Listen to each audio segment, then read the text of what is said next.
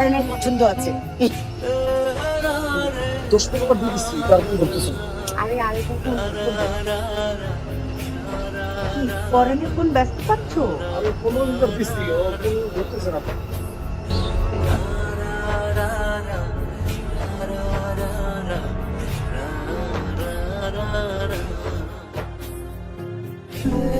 প্রচন্ড আগ্রহ নিয়ে আমি জান্নাতে অপেক্ষা করছিলাম। আমার পাখি কখন আসবে আর কখন তাকে আমি প্রপোজ করব। সারা রাত এক্সাইটমেন্টে আমি ঘুমাতে পারিনি। যখন সে সময়টা এলো, আমার পাখি এলো, তোমাকে দেখে আমার কি যে খুশি লাগছিল, এত মুগ্ধ হয়েছিলাম আমি। কিন্তু সে সময় হঠাৎ করে আমার মেজো কাকার ফোনটা পেয়ে আমার হিতাহিত জ্ঞান থাকে না। মেজো কাকা বললো যে বাবা মা নাকি অ্যাক্সিডেন্ট করেছে, আমার মা নাকি স্পটেই মারা যায়, বাবার অবস্থাও আশঙ্কাজনক। তখন আমি কি করব, কাকে কি বলবো কিচ্ছু বুঝতে পারছিলাম না। আমি সাথে সাথে দৌড়ে চলে যাই, বাবাকে সদর হাসপাতালে ভর্তি করি। কেউ ছুটছে মায়ের লাশ নিয়ে, কেউ চিন্তা করছে বাবাকে নিয়ে। আমি বুঝতে পারছিলাম না আমি তখন কি করব। একটা বার তো বলে যেতে পারতে, একটা ফোন তো করতে পারতে।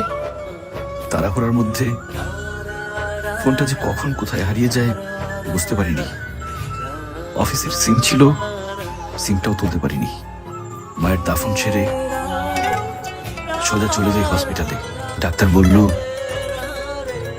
বাবার অবস্থাও আশঙ্কাজনক। তারপর টানা 1 বছর আমার বাবা মৃত্যু যন্ত্রণা সহ্য করে থাকতে না পেরে বাবাও চলে যান। আমি যে তোমাকে খুঁজিনি তা কিন্তু না। জান্নাতে গিয়েছিলাম একবার, তারা বললো তোমরা তোমাদের ঠিকানা চেঞ্জ করেছো, নতুন ঠিকানা কেউ বলতে পারলো না। প্রচন্ড রাগ, অভিমান আর অপমান থেকে আমি কাউকে ঠিকানা দিই।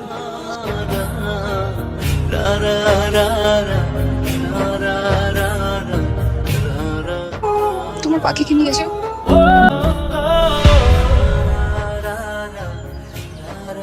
Sir, are you okay? মেয়ের বিয়েতে কোনো বাবাই ওকে থাকতে পারে না। এটাই তো নিয়ম স্যার।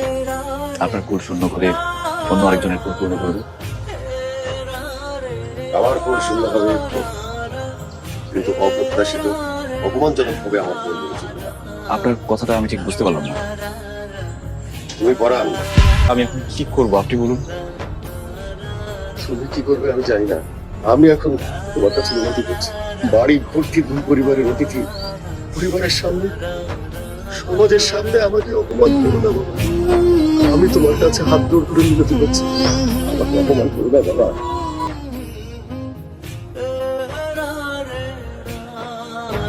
আমাকে তুমি সাথে করে নিয়ে যাও।